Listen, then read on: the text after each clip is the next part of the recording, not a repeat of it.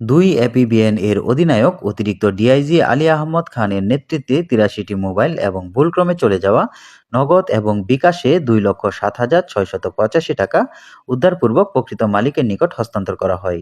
২৫ November সোমবার দুই APBN মেঘলা Bandarban cyber analysis শাখার এএসআই পলাশ ও এএসআই কামরুল হাসানের নেতৃত্বে অনুষ্ঠানটি সম্পন্ন হয়।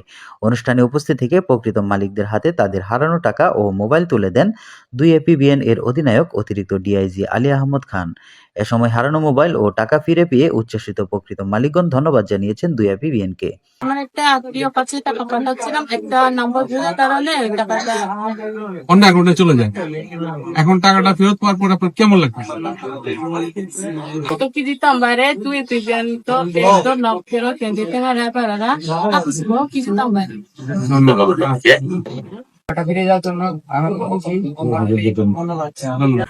মোবাইলটা রাস্তায় যাওয়ার সময় হারাইছিল ১-১.৫ মাস আগে। আমি এই যে পিবিএনে মানে পেজে আমি নক করে মোবাইলটা আমি পাইছি।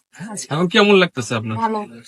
তুই পিবিএন যে মানে কেমন মোবাইল হারাই তবু ফিরে কিছু দাম পারবে। ঠিক আছে। হ্যাঁ, সাইবার সাইকেল যোগাযোগ করে সেখান থেকে আজকে প্রায় ৫ মাস পরে আমার মোবাইলটা হাতে পেয়ে আলহামদুলিল্লাহ অনেক খুশি হয়েছি। তো ইভেনকে অনেক ধন্যবাদ। ঠিক আছে। দুই এপিবিএন এর অধিনায়ক অতিরিক্ত ডিআইজি আলী আহমদ খান গণমাধ্যমকে জানিয়েছেন, দুই এপিবিএন সাইবার ক্রাইম সেলের মাধ্যমে কমিউনিটি সার্ভিসের অংশ হিসেবে প্রতি মাসে হারানো মোবাইল ও বিকাশ বা অন্যান্য ব্যাংকিংয়ে যে টাকাগুলো চলে যায় সেগুলো উদ্ধার করে প্রকৃত মালিকের হাতে তুলে দেই। কারোর যদি ভুলক্রমে টাকা চলে যায় বা মোবাইল হারিয়ে যায়, তবে আমাদের সাথে ফেসবুক, হোয়াটসঅ্যাপ বা সরাসরি যোগাযোগ করতে পারেন।